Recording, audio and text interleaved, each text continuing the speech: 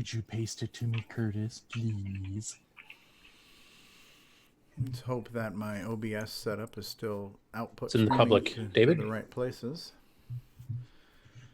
Blame it all on my roots. I showed up in boots, ruined your black tie affair. All right, so it looks like we are live on the tube of you. Are we live on the book face?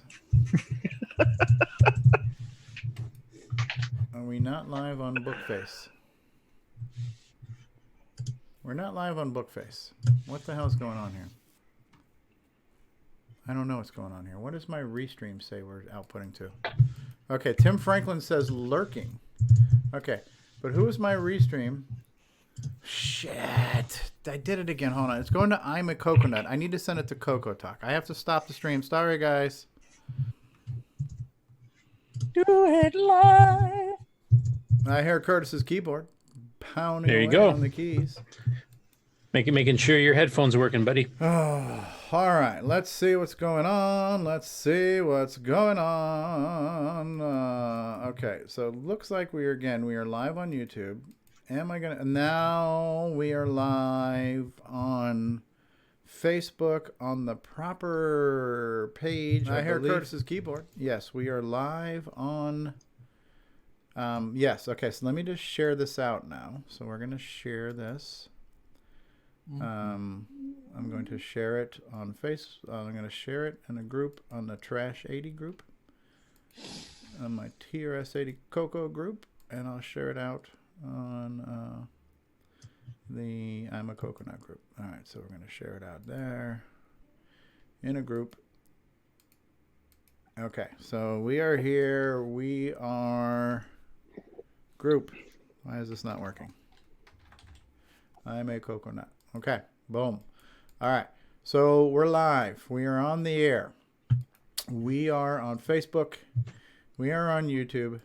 We are here for your listening and viewing pleasure. And we're going to talk about development stuff because we ran out of time today on the show after 4 short hours of nonstop hilarity. So we want to talk about all kinds of stuff. So there were some things I specifically wanted to ask the software gods, and we've got many of them here with us. But then I also thought maybe we could extend it to some of the hardware gurus as well, and that was kind of a last minute idea of mine. So I realized not everybody is necessarily going to just magically have time available to them. But in any case, we're going to be here. So we're going to talk about all kinds of development stuff, and since I'm sure people will be joining as time goes on, the conversation will probably ebb and flow. Why don't we start off by introducing who is with us? We got a guy who is fluent in both hardware and software. Mr. John Strong of Strongware is with us. Good evening, John. Thank you for joining us. Good evening. We are delighted to have you. We got a guy who's made some really cool stuff for the Coco. We have Paul Shoemaker, who has brought us Dungeon Crawl, who is now working on a really cool Oregon Trail, whatever the hell it's called. That sounds like Great Valley. What is that, like a salad dressing? But the Oregon Trail for the Coco. That looks really cool. So Paul Shoemaker's here. Thank you for being here, Paul. Thank you. We have Curtis Boil, who knows a thing or two about software and optimizations himself. He is here. Hello, everyone. We've got Sir David Ladd, who knows all about the floppy. He knows hardware, he knows software, and he knows how to smooth talk to ladies. Welcome, David. Good evening, everyone. Is everybody ready for some programming and hardware development talk tonight? Oh, I certainly hope we are. We're definitely we're ready for your enthusiasm. We've got I'm never ready for that. Are we? We've got the guy who wore the awesome hat on the show today, Chet Simpson. How's it going, everybody? Great to be back. Hey, wow, what are these monkeys doing right now? What are these monkeys doing? These monkeys are enjoying a lovely Saturday night just like the rest of us. Don't be judgmental, man. Oh, wow. I think you're blowing smoke up our ass just like the monkeys are. This is the bong in the jungle. Okay. On that note, we've got... We've got We got a new character on the show now. We've got Ronnie Chung. Ron Delvo is with us. Hey, Ron Delvo. Why did you pick me next? This is why we can't. This is why we can't have nice things. Okay, That's so right. we're going from the orangutan to Grant Leedy. Perfect segue. Hey, Grant Leedy. Hey, how's it going, guys? It could be better. Grant Leedy's a guy who's all about software development. Grant Leedy's big time into development. You I think you failed got to the wrong mention. guy. You failed to mention all the software projects I've been doing. I did. Well, remind us, Ron. There's so many. I thought he was here as an official beta tester. I That side of things. I did make a antivirus program for the Coco, which didn't last long. Sold out. Ron Delvo is here. Ron, you're but you do. You've worked on stuff for Simon. You've tested things. Yeah. You work on things. You do a lot of the artwork stuff and demo I'm stuff. just gonna pay attention. That's all. That's all good. That's all good. And we have a guy who I believe knows a thing or two about software development. Rick Adams has joined us. Good evening, Rick. Uh-oh. In his muted form. Rick Adams. Hopefully Rick Adams will be joining us soon. Rick Adams will be teaching his new programming language, MIME, today. Yes. Read my mind. Ben Drake's just joined us in the UK. All right, so we ended today's show with GameON segment, and Curtis, you were getting into optimizations, where you're doing some 6309 optimizations on some Coco 1 and 2 stuff to speed them up. Nick Marentes had the great idea of, we can palette hack some P Mode 3 games with the normal Coco 3, but that doesn't allow us to change the border color. So why not take it a step further and not just palette hack it? Why not just, tweak the code a little bit and have it use the gimme mode instead of the VDG mode, and then you have full palette control of all the colors and the border. And that was a cool idea. Yep. And he showed us a screenshot of Donut Dilemma. Hey, Rick, are you with us? You're muted. Do you hear us? Yes, I do. Can you hear me? We can hear you. Welcome. I'm glad you could join us. Oh, yay. Okay. So I thought that was really cool. I want, so we'll talk about that, I guess, and everybody feel free to talk about other things. I'm sure my questions are going to come up, and I don't want this to be all about me, although I do have lots of questions. I also thought at the last minute maybe we could bring in some hardware to this. I think Jim Brain will join us. There have been some discussions about hardware and the variety of hardware and support for hardware, and so I thought that might be interesting to not only hear it from us sitting in the back seat trying to say what we think things are. Maybe it'd be interesting to hear from the people in the driver's seat who are actually making the hardware. Well, what is it like, man? It's real easy for us to say, well, you should have this and we should be able to do this, but we don't know the struggle. So maybe we could hear it and learn a little bit and maybe get some empathy and some appreciation for the folks who are trying to make the hardware and not just backseat drive that process. So I don't know how much of that we'll dig into tonight, but hopefully we can continue that mantra, in future discussions. But there are a few of us here who probably do know a thing or two about talking hardware. And John Strong does for sure, developing hardware and software. I'm sure Chet is learning a thing or two about talking all these hardware products. So it might be interesting to hear from you guys' perspective too. And then just talk about coding, whatever you guys want to talk about. So John, since we didn't have you on at all today, why don't we just start with you? And maybe is there anything you want to update us with what you've been working with and other stuff? Oh, life and affairs. But I've been working on trying to do a overlay patch for BASIC, and getting a little bit of things going on.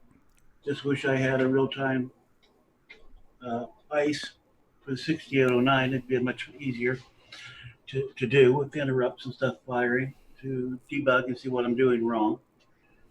I'm close. I'm getting some sound that I'm doing something wrong, and I haven't found exactly where it's at. And the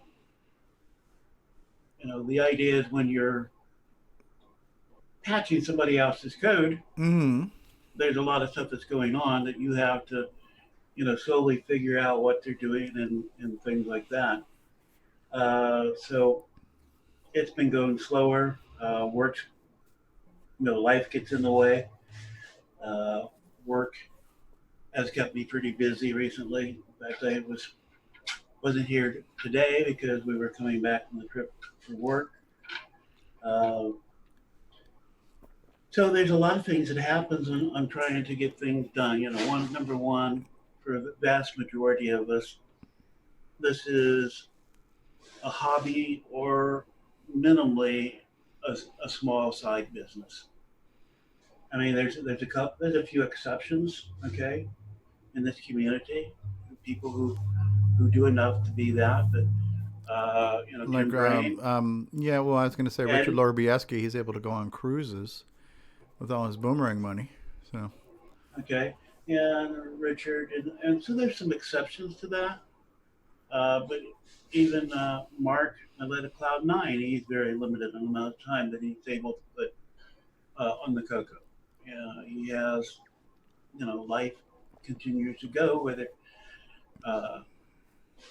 But there, and that's kind of a big issue on supporting things and getting things done. And it's also why if I say something and talk about it, somebody else does it, I go like, "Yay! I don't have to do it." well, that might be an interesting. This is going to pause you for 1 second. That might be an interesting topic to get into later on. But the whole idea of announcing an intention, I intend to make this widget or this cog, and it's going to have this feature, and it's going to look like this. And you announce that I intend to make this, and then, like you say, a million things happen, and you don't get a chance to make it, and somebody else does. You just said, "Yay! I'm glad they did," but I can imagine that somebody might not be as enthusiastic about that. Well, I was going to make the real-time clock LED blinky light sound chip slicer dicer Julian device. I announced keep your it. big mouth shut. I intended to do it, and I have every intention to do it, but doggone it, I haven't done it yet. But that damn Jason the CoCoMan's got one of 4 frickin' flipping switches on it now. And, now sour grapes, Okay. Again, just there's some things I don't talk about. Yeah. Are very limited that I talk about to people who I say, okay, this is not public, information. Yeah. There's other things I talk about because I want people to play with it because, I'm not the only one here. I'm not a musician. Ideally, a good coder who's a musician would be the ideal person to do these patches. Okay? And so that's kind of the thing. Yeah, I know a lot of theory behind it. Okay? But if I'm carrying the tune, look for a bucket. Right. Okay? And so, I have those challenges there, but I think it's something that needs to be done. So I've been working on it. And so you're talking about right now, you're working on an extension for BASIC where somebody who doesn't know assembly language can use a normal BASIC play command and have that manipulate one of half a dozen different sound chips that are out there on the market now, or any particular sound chip, which is neat. It's a great thing to do. But I think one of the things that Ed Snyder pointed out today in a comment on Facebook is it really shouldn't be up to the hardware developer to make an extension for BASIC for the end user. It's nice if you can. It's nice if you do. But, there's got to be some middle ground from what the hardware developer develops and what the expectations are in the software developer. And if you're able to create any value-added tools or things to make it easier for them, that's great. But somewhere in the middle has got to be that sweet spot on realistic expectations and what's going to help, I think, right? Well, look what Jason did. He made a little program to test his little device today. Mm-hmm. And so what the middle ground kind of is okay. You can't expect people to adopt unless you give them enough information to adopt. Some detailed, as you develop hardware, you're going to learn some ins and outs that may not be common. Get a development list of what, point people to where the chips are. Tell them the things that if you've done a demo, what you do to get the demo working and what some gotchas you might have run into so that they can get up to speed quicker. And understand, documentation really is a pain in the neck to do. Unless you're really a person who likes to write that kind of stuff. And there are people out there who love doing that. I'm not one of them. Like a white paper, technical white paper on. It does yeah. white papers. It And the does schematics and diagrams and. And do that. You've got to do a mental. In fact, some of the projects I do for my day job, I write that software just because it's easier for me personally to write the software to do the task than to sit down and write a set of documents to explain how something is done so somebody else can do it manually. And the added bonus is they don't have to do it manually now. Okay, yeah, I figured out this trick. Now it's automated also. Okay, and therefore I don't have to go and explain each step by step in a way that I got to make sure that I don't talk to people, but I don't go way over their head at the same time. And that's it. And writing, that's a hard spot to hit. I do pretty good if I'm talking one-on-one with somebody. Right. Well, because one-on-one, you can read them, okay? If you see their eyes glass over or this look, as long as you're watching them, you can tell what they're catching and stuff.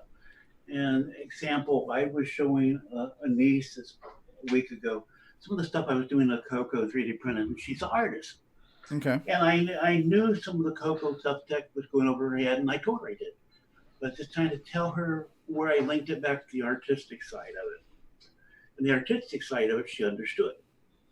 Therefore, the whole conversation wasn't a total loss to her because she was seeing me link to the artistic. I had a technical thing, but I linked it to artistic. So I use the example, maybe you were using a different paint media. That allows you to do a different type of picture that you didn't do before. Right. And so communicating technical subjects can be very hard.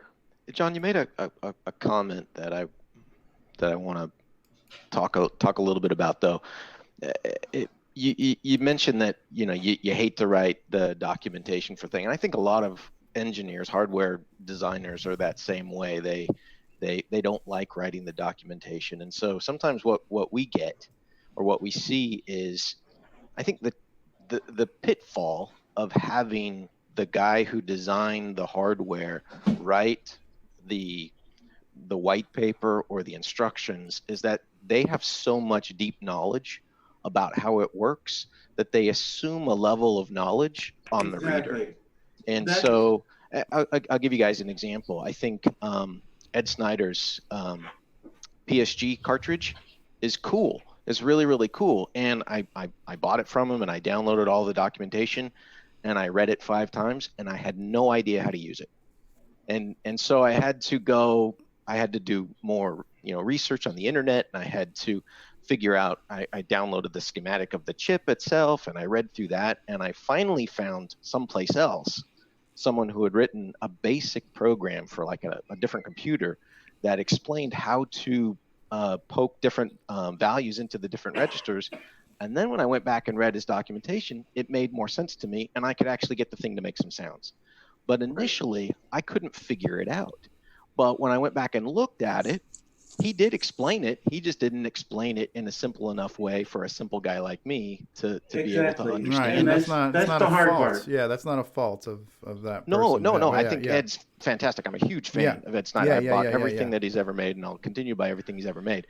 But I was using that as an illustration. Ed is such a smart guy, as there are many smart guys even here with us today, who sometimes I think can assume a level of knowledge in the documentation and even in the sample programs that they create that just flies over the head of a lot of the rest of us. And it becomes very difficult to try to utilize that and incorporate it into like a piece of software that I'm writing. So agreed. So then this is you're making a very good point. This is the thing that is the problem. If you're so close to it, you're so used to doing something that you miss it to explain it, and then somebody come back there. Yeah, it's like the you soundboard. can't even spell check a document you wrote. You won't find your typos because you know what you meant to say, so Right. you don't even Exactly. see it, right? So I've had times I've done code that I actually have to set the code aside, come back days later to see it, or print it out so it looks different. Because when I look on the screen, my mind is still seeing what I think I typed. yeah, Okay, what I think I did, and it's like I make a printout and go through it. Wait a minute, that ain't what up there. Go back to the computer. Well, yes, it is. And so you have those things up there and things that you understand. For Jim Brain, I was trying to do a demo of one of the sound chip stuff for him, and he missed one little bit of detail. But he was so used to doing it, it was natural. He assumed it. you know, Right. Jim's here, so be careful what you say. Well, I'm just saying, That's never stopped he Jim. knows we've talked about it, okay? Yeah, I know. But I sent him back the sample hardware, and then we talked about this. Oh, man, if I knew that before, I could have. You need to harken back here. I'll send it back. But sometimes that little bit of detail is what you need. There's a basic learning theory that says everything that you learn is based on something you already know. And unless you make a connection as a teacher, and that would be as a person who documents stuff to something somebody already knows, to make that connection, it's just a bunch of data that makes no sense until a connection is made. And this is what Paul Shoemaker was talking about, is he did all this stuff. He had the data was right. Yeah, yeah. But he had to find something that made the connection to him. Yeah, to him. And once you made the connection, then it understands. Mm-hmm. As you see here, I'm a very verbal person. Okay. And I could talk one-on-one. No, and I have not seen that. things. When do you start getting verbal, John?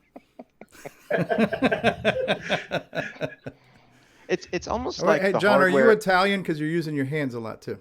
No, I'm not Italian, but I do have some Sicilian relatives. Okay. Hey, you know what I'm saying? I'm like a verbal guy over here. Yabish.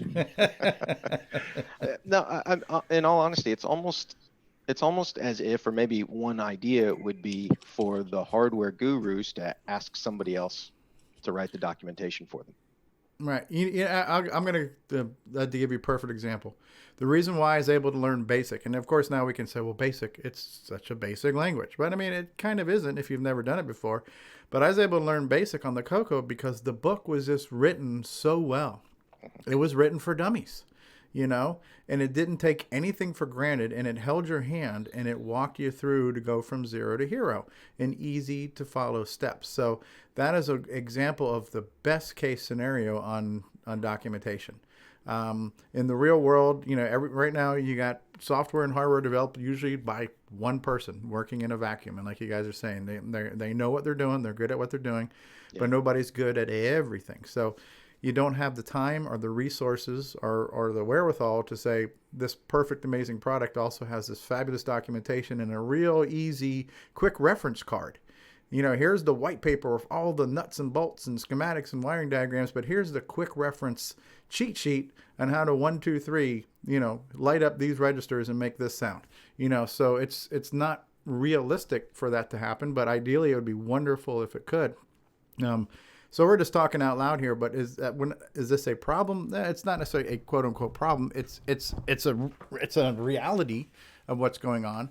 But if we were to use the word problem, is there a solution? I mean, one of you guys are hinting at is, could there be a third party? Could there be somebody to then take this and massage it and make it more user-friendly? That might be a cool thing to explore. I'm sure there are people who are good technical writers or documenters or document formaters. And I think we have some in the community. So that might be a cool thing to look out to, where the engineer and designer says, okay, here's my notes. Here's what I came up with. Check it out. Does it make sense to you? And what can we do to make this, it'd be cool to have you want to have the hardcore technical, manual. Like Tandy had all these service reference manuals that had everything, all your circuits and every part and every diagram. That's great. But they also had the quick reference guide. So it'd be cool to have a little bit of both, the nuts and bolts and the fluff, Oh, cool. But let me just get back to what you're doing, John. And we got like 40 people here now, so I want to get everybody a chance to talk. You mentioned you're working on now a basic extension, and you're working on a basic extension for technically a product that you're not even selling or profiting from. So what is your motivation to write an extension to the play command Let me for? close the door real quick, okay? All right. So, all right, let's talk about John while he's got his back turned. Well, Retro Innovations has just joined us, and we're going to hopefully hear a lot from Jim Brain, a guy who's near and dear to developing hardware and maybe having some challenges with software support for the hardware. So hopefully we'll hear from you tonight, Jim, if you have enough time and we don't put you to sleep. You're working hard on putting me to sleep. It's working. So. All right. So real quick, John, and we'll give everybody else a chance to speak, and hopefully we'll keep going around in a circle. But what was your motive? We need some no-dos for Jim Brain. Yeah. What's your motivation for doing this basic extension command for the play command for technically something that's not even your quote unquote your product? Well, one is following up some things that I've talked about that we needed for the CoCo community, and that I've been promoting. And Alan Hudson and I did a seminar at CoCo Fest. And it's kind of supporting the rest of the people in the community. Where does it benefit me? Well, we get these sound chips and stuff out there, people are using it out there. And if I write games for it, and then there's a target audience. Yeah. Okay. Cool. Okay. So there's a little bit there, but it's something. It's the also idea of talking about it. And John Linville's working on one for his chip. I don't know what status he was in, where he's at on it totally. I know it's at least partially working. I haven't had time to listen and watch all of his video and his CoCo Crew that he released this week. But it's an attempt to give back to the community and also to see the ideas out to the community. Okay. Like Chad is talking about different games and stuff, ideas and stuff. He's talking how you can do things, and he's putting some documentation together. Does he need to do that for? No, that's why I use the word philanthropic today, because that is very much a philanthropic thing. But you're giving back, and that's something the community needed really to do, is to give back that data and people, different techniques and stuff that people can pick it up. I can write a good game, but maybe not the level that Chet does, or definitely not the level that Steve York does, okay? And that's not saying, Chet, I'm just not that familiar with your games, okay? So that's the reason for stating it that way, okay? Hey, John, I got a question. You're making it so that you can use commands in BASIC to make chips work. Yeah. So once you write this stuff, is it something you have to run and then run another program as like a TSR or something, or how does it work? Well, there's a couple ways you can do it. If you're on a CoCo 3, you can just do a low down, okay, and because you're in the RAM mode, it'll relay the BASIC. Oh, okay. So you're changing the ROM. Basically, it's an over and overlaid on the BOM. When you reset, you lose it. Okay. You could take that same stuff and load it and burn a new ROM if you're going to use it all the time. Okay. But the idea is to encourage people to look in their hardware to make it easy for people can use their hardware. Not just, oh, I got this great, fantastic hardware. Oh, everybody needs this hardware if they want to sell. But it's got to be accessible and usable. Mike Rowan did some great tutorials, on using the TI sound chip. And so this is just things we need for the community.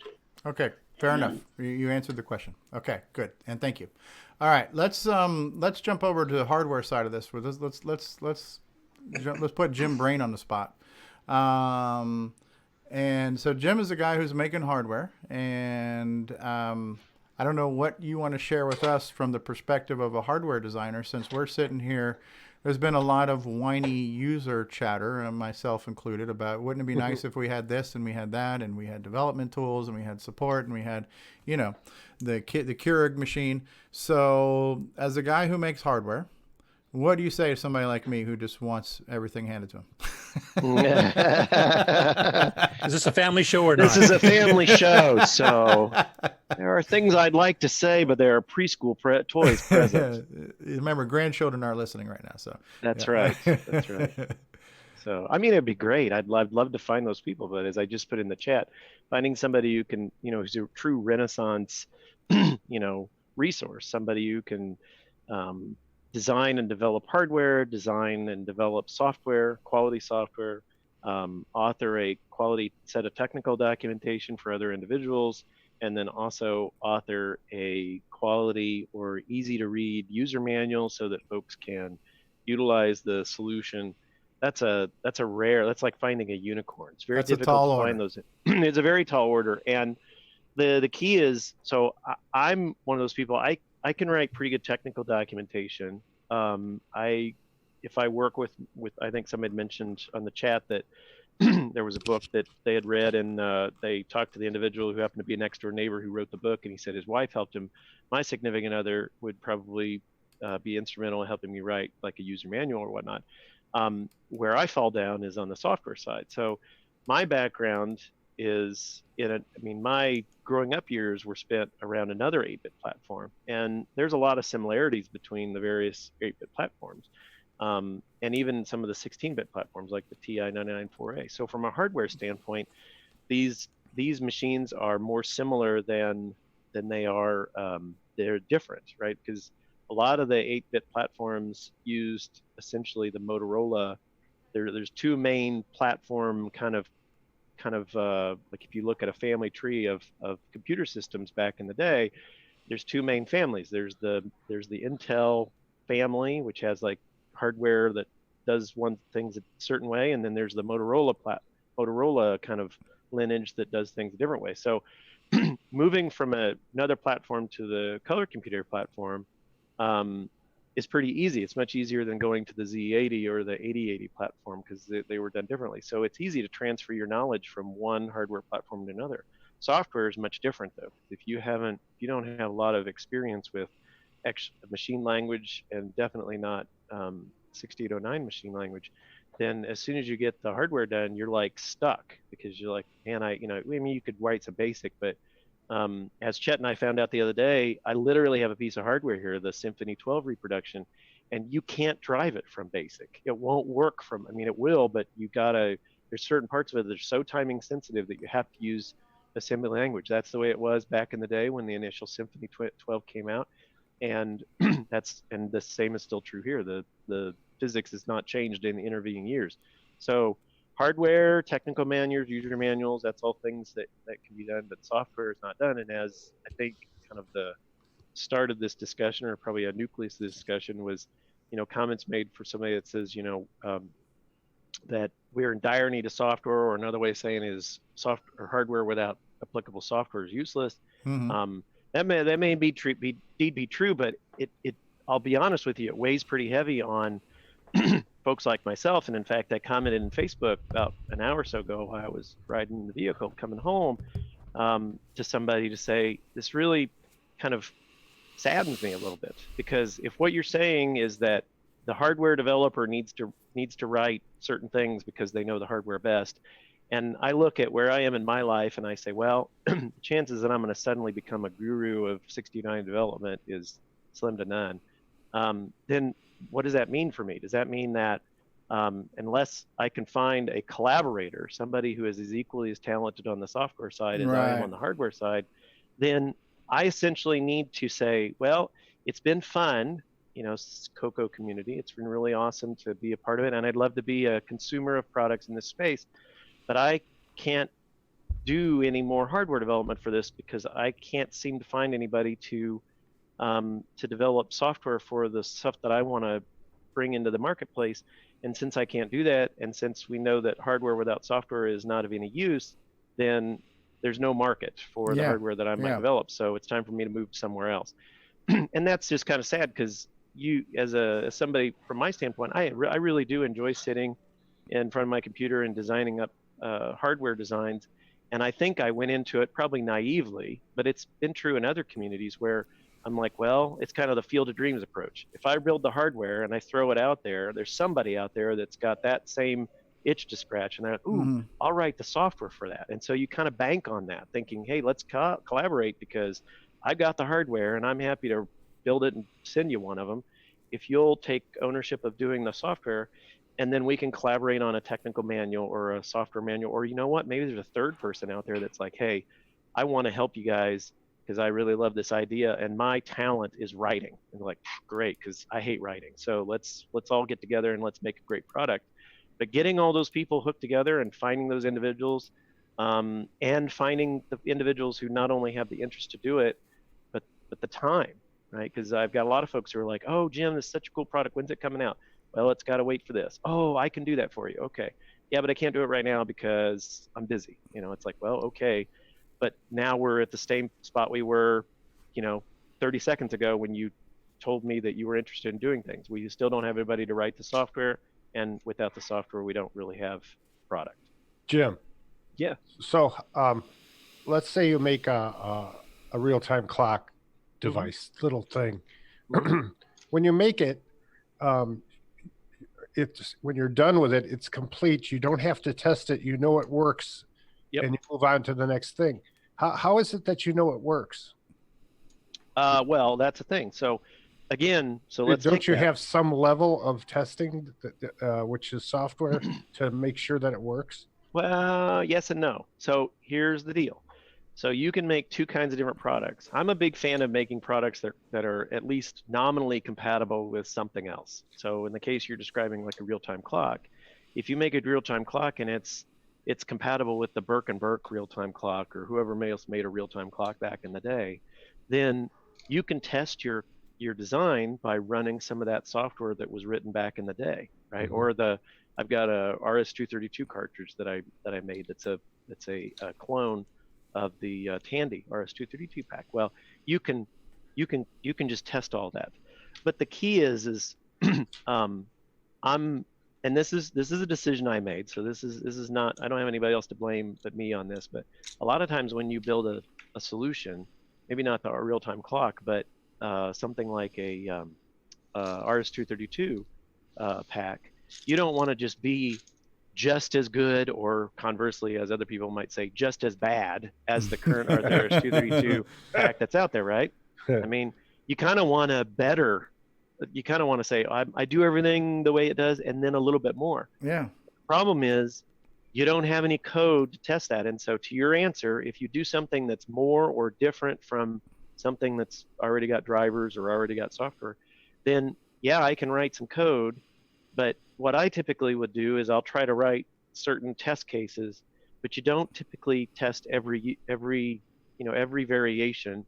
For instance, on the RS-232 cartridge, I put some tweaks into mine that would allow you to do faster speeds. So the normal RS-232 cartridge, I think it was to 19.2, and I've got a 38.4 to 57.6 and a 115.2 and a 230.4 kilobaud or kilobps setting that you can use.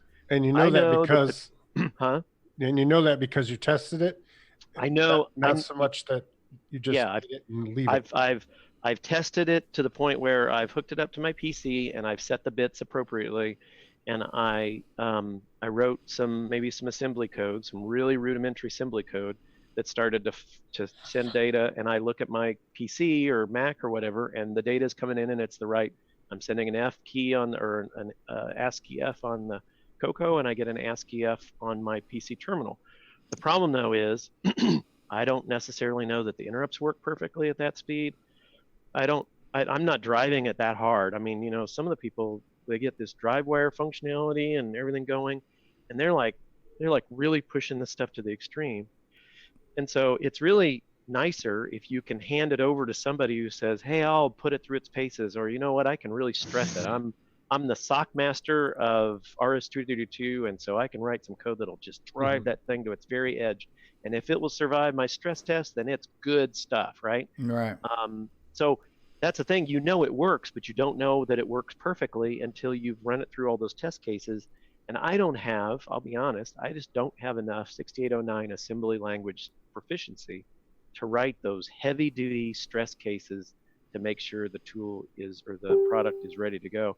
And now there's a part of me that, maybe it's okay for the community to say, oh, Jim, just go ahead and do it. And if it's not perfect, then we'll mail it back to you and you can fix it later on, But I have a feeling that may work for the first 20 or 30 people, but then after that, people are going to be like, well, I got it and it didn't work, so Jim sucks, and all of his other products suck because this one sucks. And so at some point, you're like, well, I got to make sure it works really well before I get it out to too many people, because some of those latter people aren't going to care. They didn't get the product they expected, and so they're mad. Yeah. And that you've got to watch out for. And even well-meaning people like myself, I was working on some sound stuff for you, and I had to send it back to you because you needed this stuff. And we had that piece of missing data that you assumed that I knew and I didn't know. And so being able to write code and being proficient in one area, like RS-232 and pushing it, that's really a whole different thing. You can be really good and not be really good in serial communications. Hey, so what's going to happen with the Gimme X?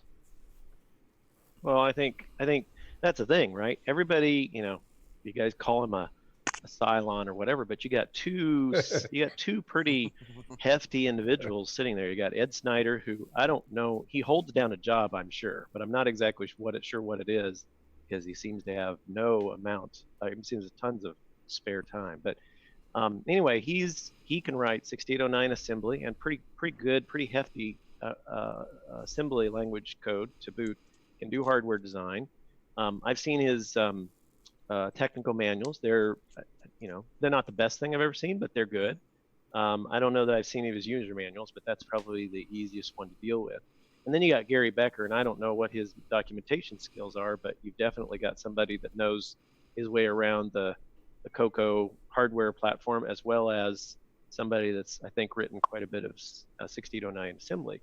So I have a feeling by the time it's done, there will be, a lot of it will be, tested, very, very well tested, and that's great, right? But even then, that's a collaboration project, like you were talking about earlier. It's a collaboration project. It's absolutely a collaboration, and those are awesome.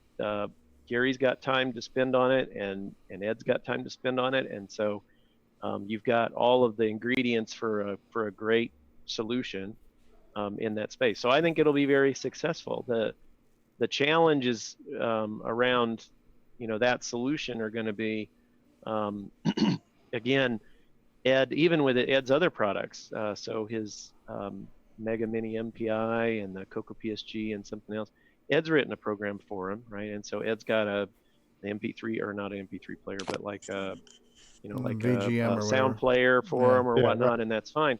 But there doesn't seem to be a lot of folks outside of himself that are writing material for those solutions. And so well, one good thing is everybody can still program the way they're programming now, even though the Gimme X is out, because it's completely backward compatible, right?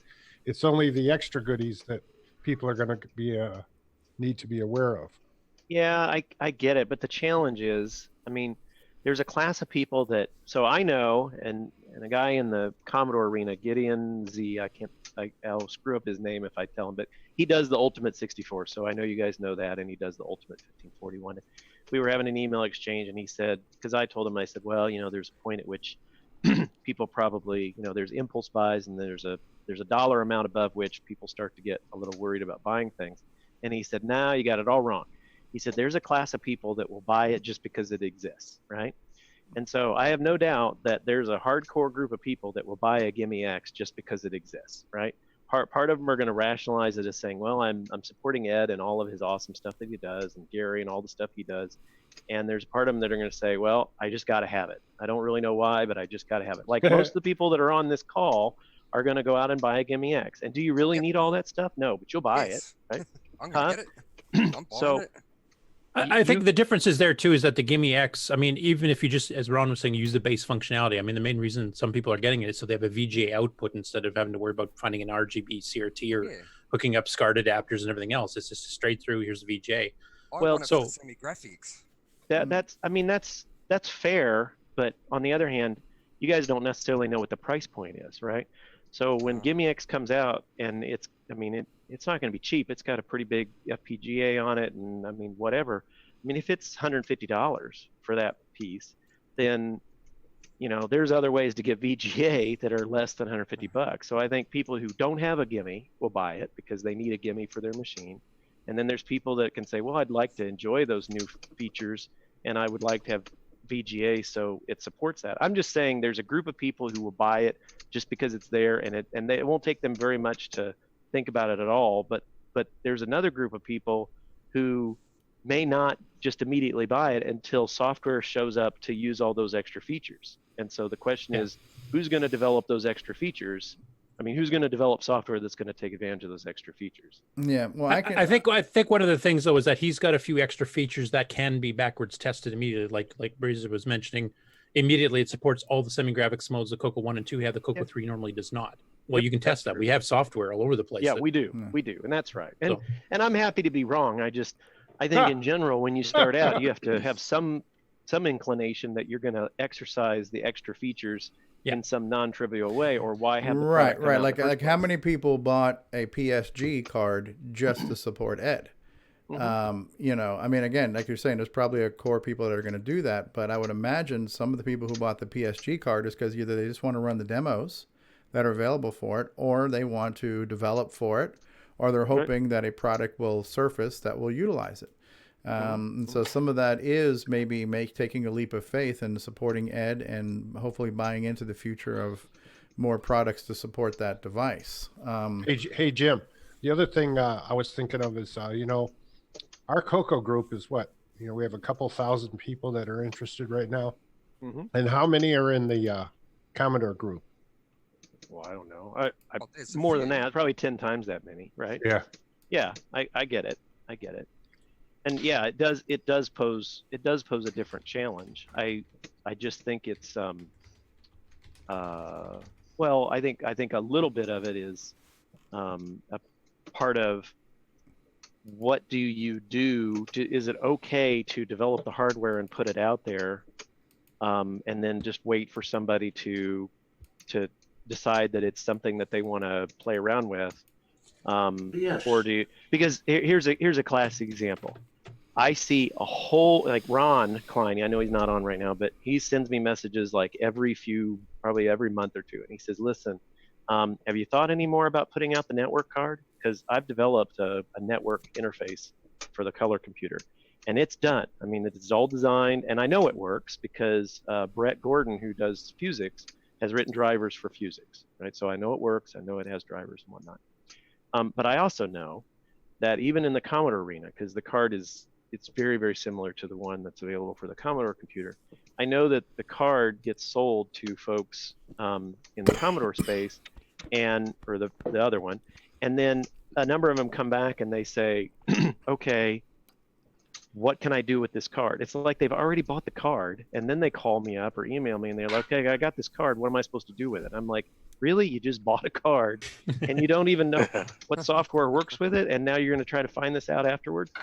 So I've held off on, I know I posted on Facebook the other day, I've held off on developing or like, you know, producing the card because there's no drivers for Deck B and there's no drivers for Nitrous 9. And so Ron keeps saying, go ahead and produce it. And I think Ron's perspective is you produce it and then somebody out there will write drivers for it. And that may indeed be true. And maybe I've held on to it for enough time. Maybe I just need to do that. But it's a little scary to do that because, you know, if you build it, they'll come. Yeah, right.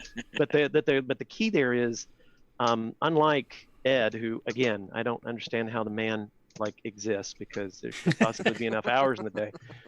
He solders up all his stuff by himself, and so he can do like a batch of 10 or a batch of 25. He lives in Mexico. Well, like have individuals help him. I don't know. The guy's a T1000. It's not even. T1000. Yeah, there's somebody trying to break in really soft. Hello? Hello? Who's saying hello? No, I'm saying hello, but there's somebody just really quiet. Is that Jim Gary? Sorry. No, Jim's not talking. No, it sounds like somebody with somebody from another country. It's got an accent. Oh, who's that? Is the Mexicans? Oh, that's Bryza. Is that Bryza? That's Bryza. Yeah, Bryza maybe. Oh, maybe you're saying Bryza. Crikey. You got to say crikey there, Bryza. Oh, get that Vegemite on your mud flaps. Hey, David Ladd has patiently had his hand up for quite some time. David, do you have a question, comment for, or do you even know your hand is up, David? Yes, put it down and stop the state.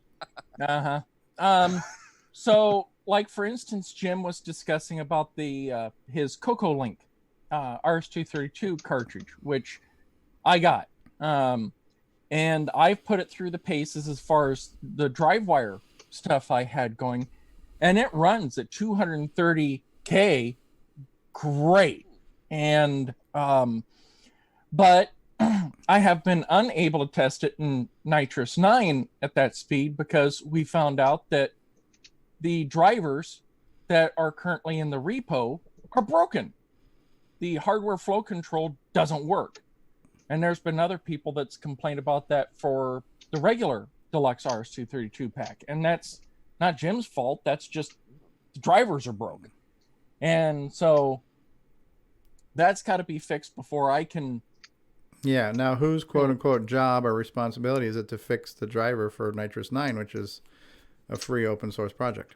It is. And I would. That's the problem with that. That's the problem with the NIC. That's the problem with CoCoMan Jr. Right? Because there needs to be Nitrous 9 level 2 should run on the CoCo2 or CoCo1 with that memory expander, but as yet it's not. I mean, I know there's mods that need to be made, and those mods haven't been made yet. And I think my point is it, like I said, with Ed being able to do such small runs, he can just build a couple 10 or 20 or whatnot. But my day-to-day activities don't give me that much time. So if I'm going to do it, I'm going to build 100 of them because that's the only way I can make it economical. And I'm going to ship out the assembly. So it's 100 of them or it's nothing. And so I got to know that, okay, there's going to be a market for 100 of these, or else it's not worth it for me to do the first one. And that's a bit of a hurdle for something that doesn't even have working drivers, or we don't even know if it really works in a machine yet. If I could just get that first one done, like somebody was able to say, hey, it ran all the tests clean, and I'm like, great, because as soon as that does, then you can go online and say, okay, known working, and then you got like 50 people who say, I'll buy it, and then you're like, okay, well, 50 is enough for sure to go and do a run of 100 because you can make all your money back, and then the rest of it's gravy, and you're good. But man, until you can get that first decision or that first thing back, you're kind of like iffy. And I'm at a stage in my life where I can afford to throw some money away, but I don't know how much of it I can just throw away. Sure. Yeah, some of it involves patience too, because like I ordered a switcheroo, and I'm also getting a CoCoVGA, and I communicated to Brendan about the CoCoVGA, and I was like, do you want me to pay for it up front? And he's like, no, I don't want to take your money until I can get it made, and when I have it made and ready to ship, then I'll take your money, because he does, time wise for him to put one together and everything, he's got other, life gets in the way, and sometimes, and so a lot of times it's just a matter of, I'm patiently awaiting both the switcheroo for my Coco 3 and the CoCoVGA for the Coco 2. Yep. Hey Jim, what's the status? I had to drop off the day you was going to say on the sound expander for the OPL sound. Well, that one is in my court because everything works on it.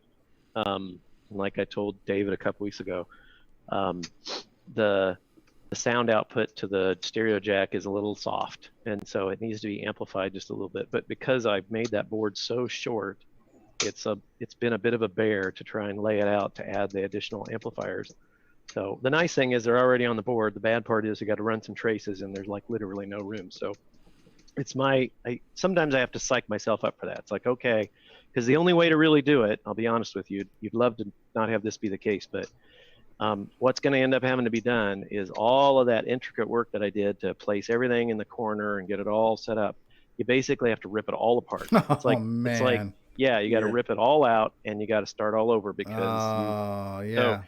So it's like volunteering to have root canal.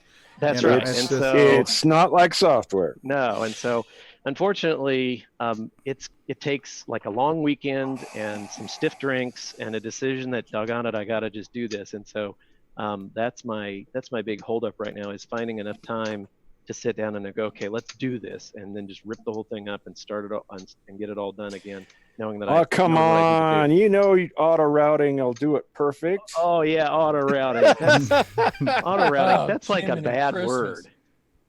Auto routing. That's like shampoo and conditioner in one. Right? That's as well as autocorrect, I'm sure. Yeah, well, yeah, and But that Jim, works about as well. Jim, if you do this though, you know, CoCoFest is coming, and you'll be, you know, the rave. You'll be You'll be the guy. I know. Well, I'm already Inman, who's not on right now, but Rob's already, you know, complaining that I'm the king of vaporware. So I know I got to get it done for CoCoFest. So I believe I believe there are some contenders for that title. Some of them possibly even on this panel. So I hereby announce that I'm making clones of all Jim's vaporware products. There you go. And I can make vaporware better than Jim can. Mine is so vaporware, I don't even know what it is. That's right. So yes, Ron, I promise I will get it done before and have it available for sale at CoCoFest. Yeah. Like I said, it may require the Christmas break because that's a good time to sit down and go, okay, let's get some spiked eggnog and let's move through. Well, what about Chet Simpson's wallpaper? Would that help? Any inspiration for you there? Right there, yeah. That's I don't want to go blind. You want to have my eyes at the end of that. So. Yeah, that wasn't wanting to put you in the spot. I just kind of just asking the question. Yeah, I mean, I honestly think it's good to hear from the guys who are making the hardware because you guys have certain struggles and certain challenges, and some, I'm sure, like you're expressing here, some frustrations, and it's probably good for people to hear it in a way where you're just being honest about it. You're not complaining about it, but you're just, hey, this is the reality, you know. Right. And it hopefully will help some people have an appreciation for the nature of this beast, you know. Yeah, I'm trying to write software that I hopefully will run on it, and so Well, the good news is that as a particular unit that will, I'm not doing a whole lot, new on that. So it's just something that's just got to run with whatever runs on the Mega Mini and PI. So that's good. That's a case where the value add on that is bringing that kind of functionality to somebody who either doesn't have the Mega Mini MPI or has the Coco SDC and just wants to run a single cartridge. So, but a lot of times when you're doing hardware, you're trying to one up. You're trying to say, okay, let's put some new functionality in, but that functionality needs some code written to test it out at speed in the corner cases to make sure that it works. And I do want to point out one other thing. I know I've taken up a ton of time. No, that's fine. It's great. I think one of the things, there are a lot of people, even in the other arenas, I've had people come and they say, well, you made this hardware for this machine, and I'm looking for a user manual. And I'm like, well, I appreciate that. And you know what? I will be the first one to admit that I do not have a good user manual for this product. And I said, and they were like, so how should I take that? And I said, well, you can take it a number of different ways. The way I want you to take it is, I did the hardware. And if I've got an extra hour on a given night, I have a choice. I can either do nothing, which is sometimes what I do, or I can work on some more hardware for something else, like some other new cool thing. Or I could sit down and spend an hour writing on our user manual. I said, I choose to do hardware. So I'm purposefully being, not writing the user manual. My hope is that there's somebody out there who says, I sure would like to help this. I really love this product. And you know what? My gift is writing. I can't do hardware and I'm not a big software developer. But by golly, writing, I can do that. And so they write the user manual. And I'm fully prepared to give them a little bit of money, like royalties or whatever on the thing. or just give them a big shout out in the product, user manual by Jim or John or by Dave or whoever, right? And they get a lot of Ladd accolades has for that. great grammar, so he could probably help you with that. So. There you go.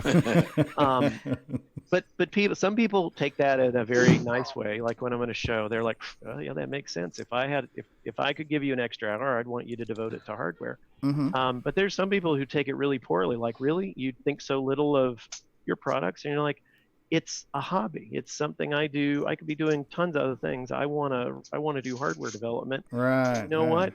If you don't agree with that and you think that's a terrible idea, then you're probably not going to be one of my customers, and I can live with that. I'm okay with that. So yeah, some people think because they spent. I think some people think because they spend some money on something that it's like you're some kind of corporation or something. That's right. That's and right. it's like, look, I'm just some guy in my basement. That's right. Get off my back. Well, I was telling somebody earlier today about, as an aside, I was telling somebody that I'm a one-man shop, and I ship twice a week, right? Because you know what? If you have a 35-year-old machine, you cannot possibly tell me that your life is going to go berserk if you do not get a Wait a second. You don't have Amazon Prime 2-day shipping? Yeah, right. So, because I'm like, you know what? The chances that you're going to need this in a day is probably pretty slim. So I'm going to ship twice a week. But I have people who buy something online. They'll buy it like Thursday or something, and then I won't ship it probably till Monday. And then like Friday, they'll get on Facebook and they'll be like, is Jim even alive? Is the store even available? I sent out a search party. I know. And now the nice thing about this is sending out an SOS. And I have luckily I have like a whole army of evidently reasonably satisfied customers who usually pipe in on Facebook and said, well, why? Is there some reason? Because they don't know. They person's like, is Jim still alive? And so they're like, why? You have a problem or something?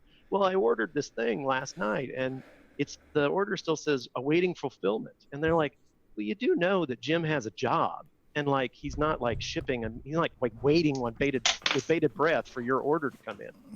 And I was waiting at the post office with this on the off chance someone would order it today. Oh, he might be ordering today, so I got a box with every one of my products in it. I'll just pluck the ones that he doesn't want out and put the box in the mail.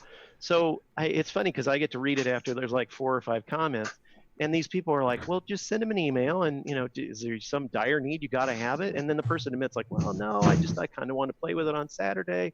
And you're like, well, you know what? Maybe you're going to have to wait another week. Well, right? Next Saturday. Yeah. As a consumer, I can tell you this: it's not important, and it hasn't been important until the day you pull the trigger and hit buy now. And the minute you've done that, it is immediately important to you. Immediately, I got to have it in there immediately. And I am 100% guilty of that. I mean, I just bought a new laptop, right? And I wanted it. I wanted to have it by Friday because I bought it on a Monday, and I paid extra for 2-day shipping. I wanted to have it by Friday because, damn it, I went ahead and put my money up and clicked buy now. God damn it, it better be in my house. And it was really important, and I was really upset that I was guaranteed that I would have this on a Friday. I know. And those are the ones that really I feel very guilty about it because I actually don't check the order page like on a Tuesday, like right after I've sent a bunch off to the mail to the post office. And there are these people, it doesn't happen very often, but I offer FedEx shipping. And you can buy any kind of FedEx shipping, but I turned on the FedEx thing because some of the folks, there's a couple of folks around that says, I would do anything rather than have the United States Postal Service deliver my package because they always screw it up. I will ship FedEx or UPS, but I'll never do USPS. And then there's a few folks overseas that are like, listen, I just really want to do FedEx because I know the customs is faster and all that. And so I offer it for those individuals. And they'll like ship like FedEx Ground or whatever. They don't care when it gets there. They just want to have it done through the FedEx carrier. But the worst are the people that buy it. They buy a $35 or $40 item for a 35-year-old computer, and they do FedEx overnight, deliver by 10 a.m. shipping. And I don't even see it until 3 days later, and then I'm like, crap, I would have maybe tried to get it out there, but really that is, you got to have it the next day.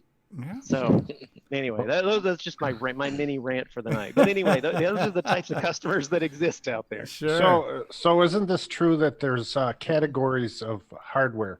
Like you can buy RAM, you could buy keyboard, and you could buy a keyboard adapter.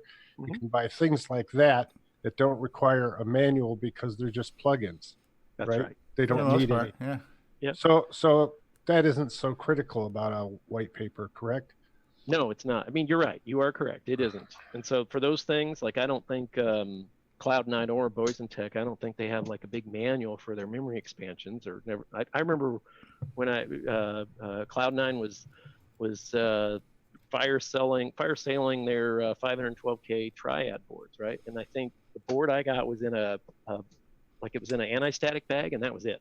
And there was no paper of any kind, and it didn't even have an installation instruction. So I guess the purchaser kind of had to know that, well, you were going to have to clip some capacitors, and you're going to it's probably online. I believe on Cloud9 there is a document for everything on the it's website. Online. Yes, but you got to at least know enough to get to the website and grab it from online. But yeah, they don't have very much in that because they don't need very much, and that's fine. But then again, Mega Mini MPI, or I think somebody was commenting earlier about the CoCoPSG.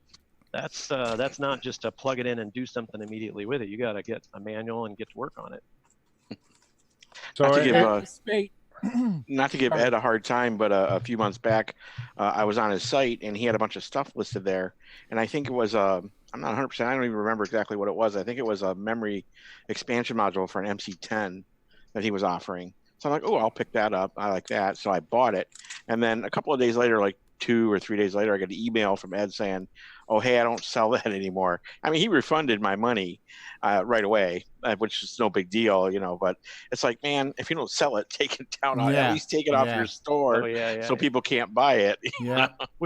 Which reminds me, I got to go to the website. I think I went on vacation or something a couple weeks ago, and if you look at the top of my website, I think it says Jim's going to be out for a week. So I love calling somebody's phone and getting that voicemail. I'll be out from July 1st, July 1st. Bitch, it's August. You ain't changed your voicemail yet, I know.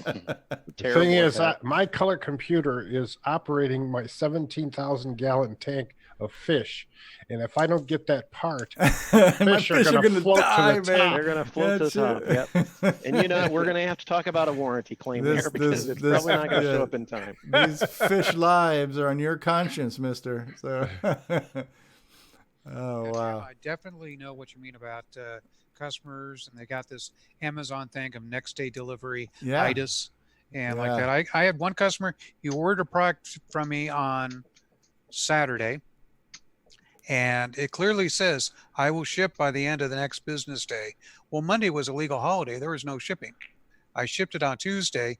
I get a panicking email at 3:00 in the afternoon on Tuesday.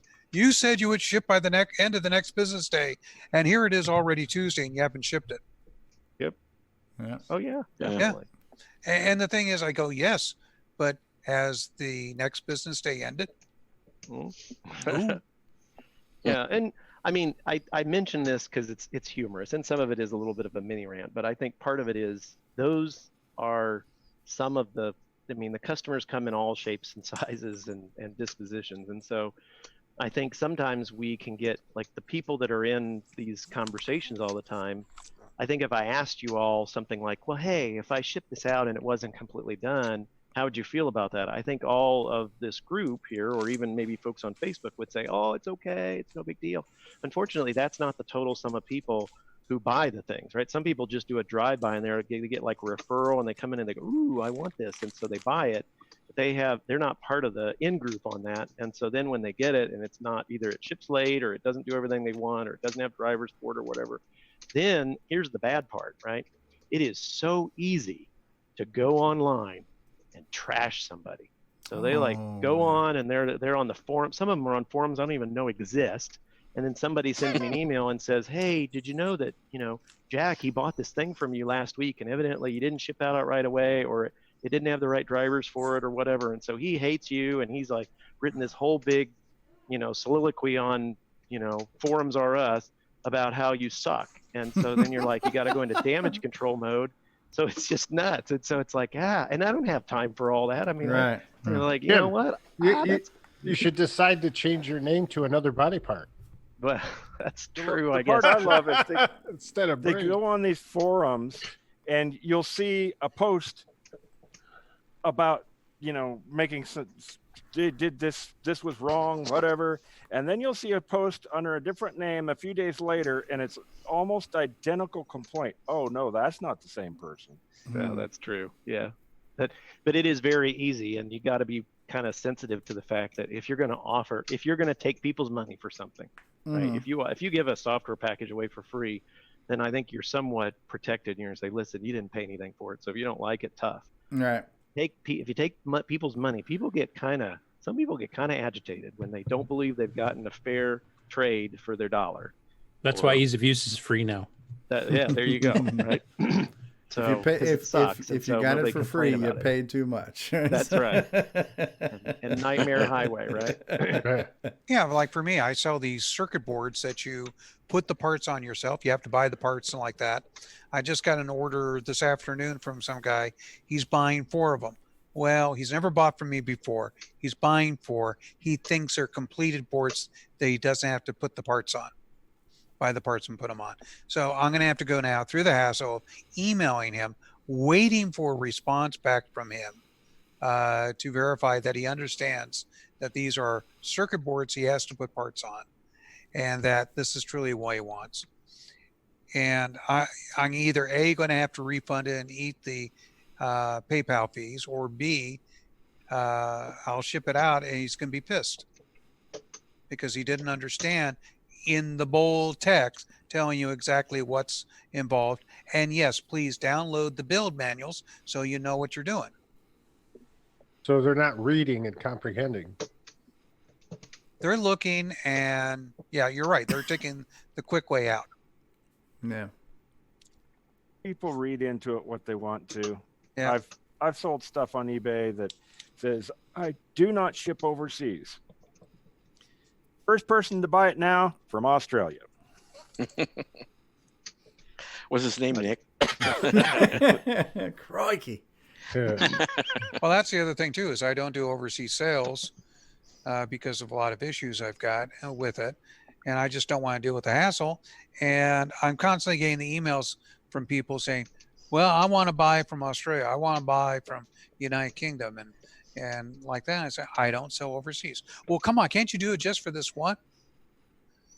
And they don't understand the extra cost that's involved. Now, Jim, you do a lot of sales overseas, but you've got systems set up for it. I do. I do have, which is another one. Like I couldn't handle doing them individually, so I have a storefront that kind of takes care of it for me. But, but yeah, I mean, you get that. I think a lot of people, there's a couple different variations on customers from overseas. There's some customers that are just like, oh, hey, I'm buying something overseas. I know it's going to take me a couple weeks to get it, and I know that I'm going to probably have to pay some customs when I get it in, and so I'm good with that. We're all done, and those are great customers. I love those people, and would love to sell a ton of stuff to them. And then I have probably the other extreme, where these people that they want in-country speeds, but they're buying from overseas. And so they're complaining even when they put the order in. Like, man, I want this tomorrow. And I'm like, you live in Finland. It's not happening, right? And then the other one is when they get it, they go online and they complain about, and some of them bitterly complain. They're like, I bought this thing for 50 euro or whatever. And when I got in, I couldn't pick it up until I paid luxury tax or something. Yeah, they have a different company, VAT tax or whatever. Yeah, VAT, value added tax. And so, and they're like really mad at me because they're like, well, this should have been, Jim should have charged this. And so, luckily, like again, I love having a large group of satisfied customers, because on the forums you can't possibly track them all. And so by the time I get wind of what's going on, there's a whole host of people that are like, well, where do you live anyway? Oh, I live in Finland. Well, don't you know that you have to pay GST or VAT or whatever on products? Well, I thought it was part of his thing. Well, it's not. It doesn't say it is. It just says, here's the cost of the main item, and shipping is extra, and so customs is probably extra. Or you could have checked with them. And then they'll ask you to mark it as a gift. Yeah. Some people so they don't have to pay it. That's right. So you have a few people that do that. But the ones I really have the most problem with are the people that are just like, they're in their own situation and they think I'm going to collect and disperse VAT VAT for like every country that exists. And I don't even know how to do that. Maybe there's someone that does that for you, but that's just a monumental amount of effort. So anyway, those are the individuals that are difficult to deal with from an international shipping perspective. But I'll be honest with you, I've had pretty good luck. I sold a ton of stuff overseas, and I've had pretty good luck with overseas buyers. Most of the folks that I have challenges with actually are in the United States, because they have that kind of Amazon mentality. And I've even had people that they buy the wrong thing and they expect me to refund funds but not ship it back, because it's like, well, that's what Amazon does sometimes.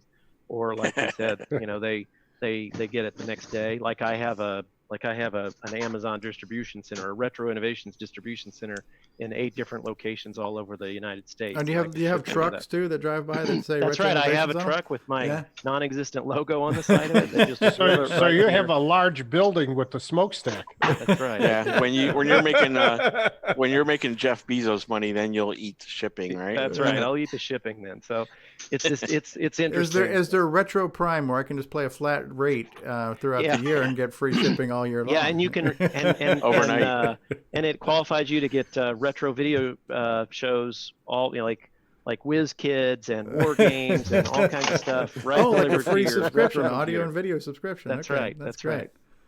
That's awesome. Yeah, FYI, I talk to these kind of people daily for a living, 8 hours a day. You work for Apple, a company that does sell products overseas, right? Oh yeah, we sell all over the world. I was talking to a guy today in Indonesia. And by the way, congratulations on your 5-year anniversary. That was very cool. That thing you posted on Facebook. Oh, thank you. Yeah.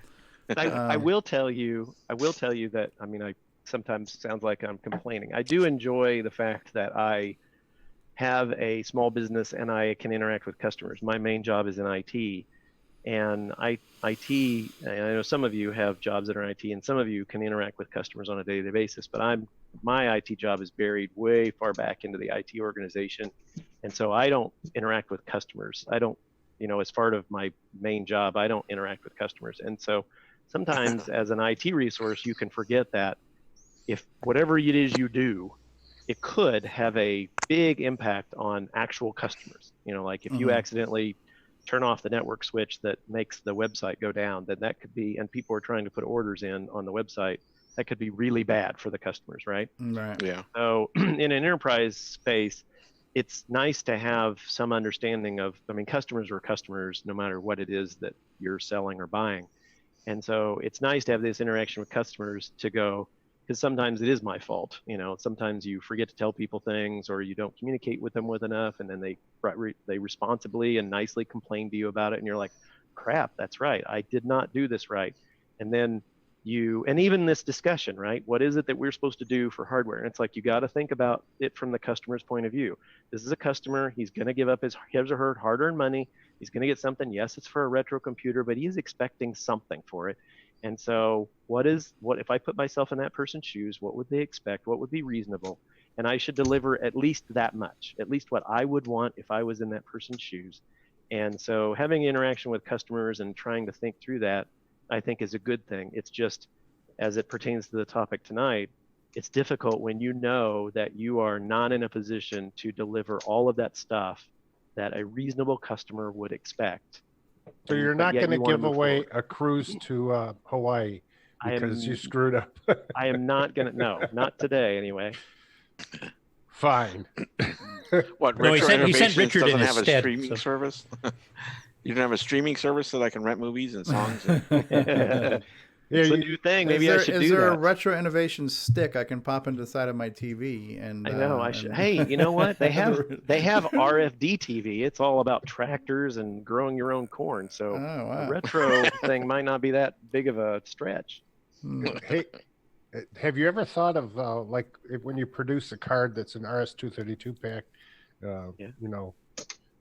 clone or whatever, of bundling it with maybe like NetMate from what's his name there? Roger Taylor. Yeah. Maybe. I don't have a problem doing that.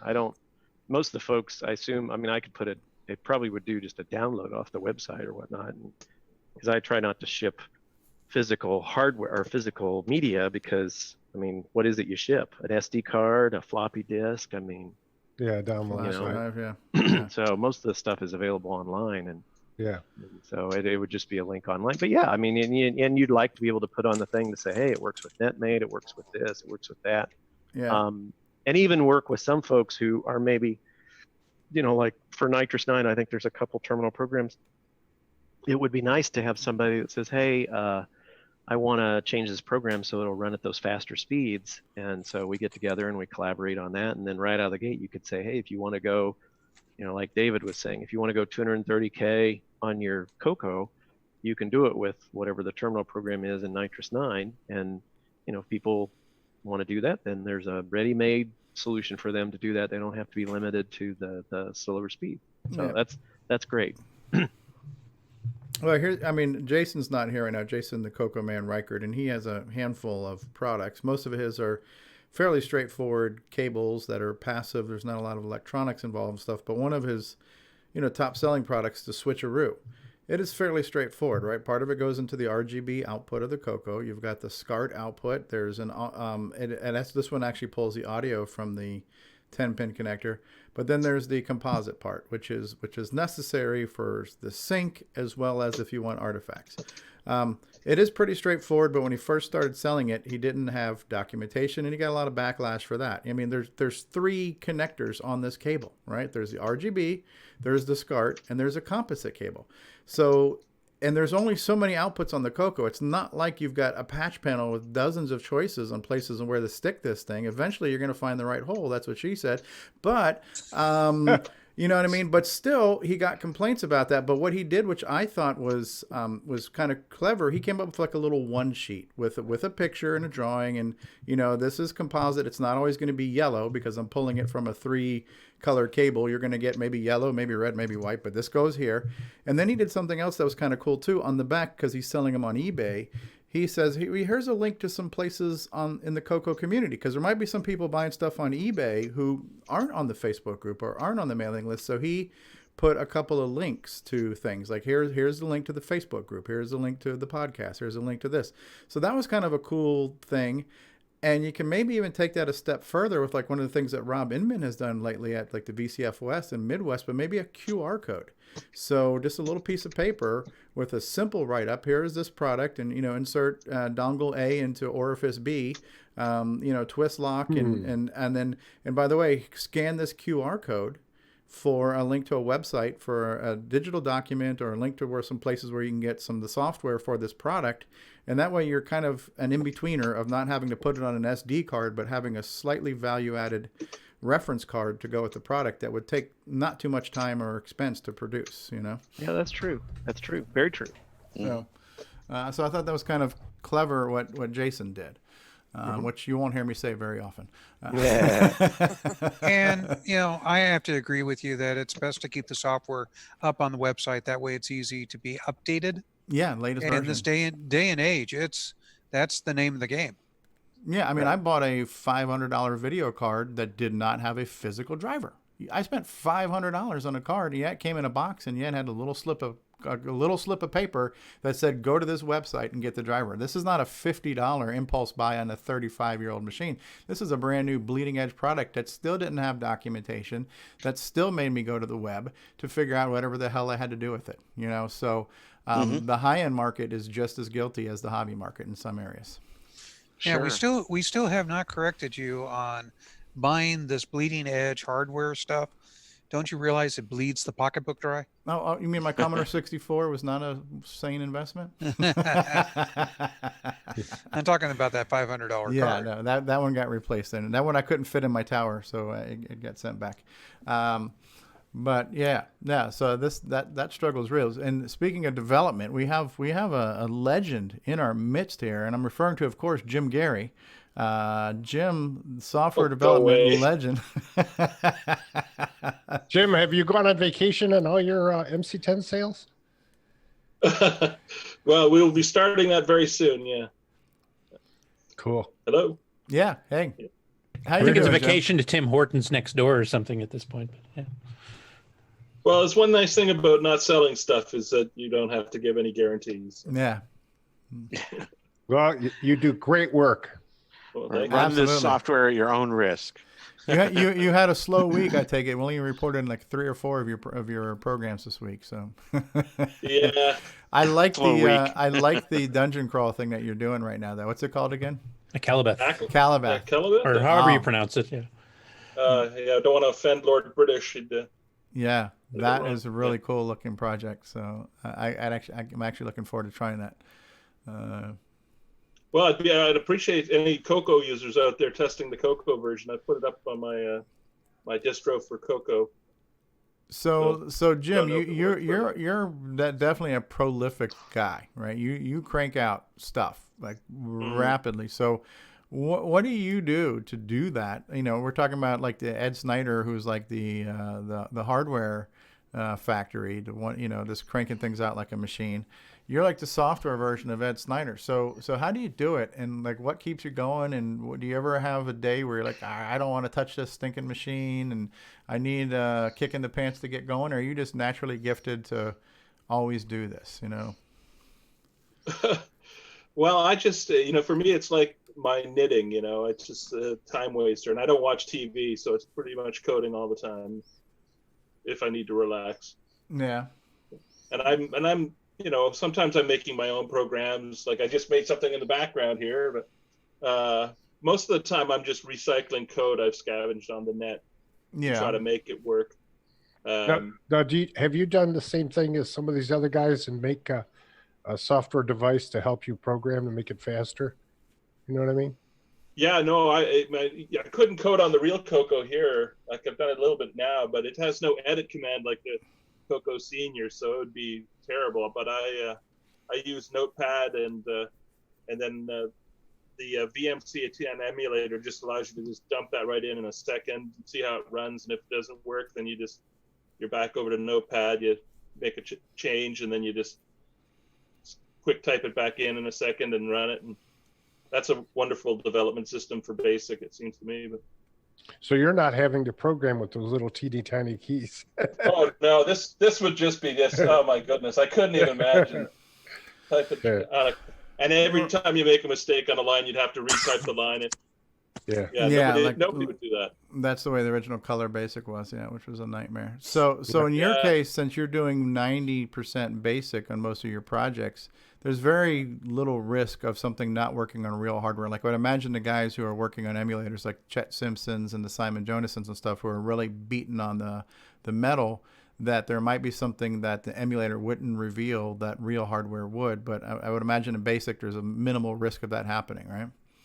Yeah, I don't think I've run across anything either on the Coco or the MC10 emulators that BASIC has pushed it beyond into something it's not been able to handle. But yeah, if you're doing machine language stuff, I'm sure you could run afoul of all kinds of stuff. Yeah, because I know there were things like the VCC emulator would do things that real hardware wouldn't, and vice versa. Wouldn't do things that real hardware would. So, yeah. But now, that being said, some of the stranger graphics modes were not implemented on all of the MC10 emulators. Like there's a JavaScript one, and until very lately, they were kind of left over because the SemiGraphics 4 screen or whatever it is, or SemiGraphics 6. I can't remember which number it is.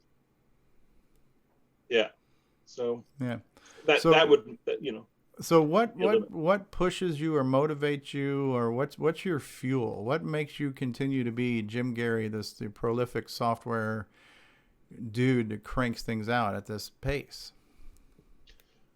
Oh, I don't know. I mean, it's nostalgia. I mean, for me, the thing that I'm most keen on are the type-in phenomena, because that's where I started with the MC10. You had to just scavenge programs from all of the weird magazines that were out there. Is that your first computer? Yeah. Was it? Mine too. Yeah, for sure. For sure. It was very cheap. It was only $79 that I bought it on sale. Yeah. If I'd only waited another 6 months of lawn mowing, would have got me a Coco, and then I would have avoided all of this pain. Would you, if you look back on that, do you think you would have cranked out as much software for the Coco as you did for the MC10? Or do you think there was something about this particular machine that really made you the machine you are today when it comes to this volume of work? I mean, I eventually got a Coco, and Coco was fun for me. But when I've gone to my retro hobby these days, the thing I like about the MC10 is that there's just no software for it. So yeah. So you're the man. It's like you're feeding starving people, right? That's so right. it's like, bitch, please, you ain't got no food. Be happy. It's you're probably the most prolific programmer for that machine. Absolutely. It's like three times a week there's something coming out from you.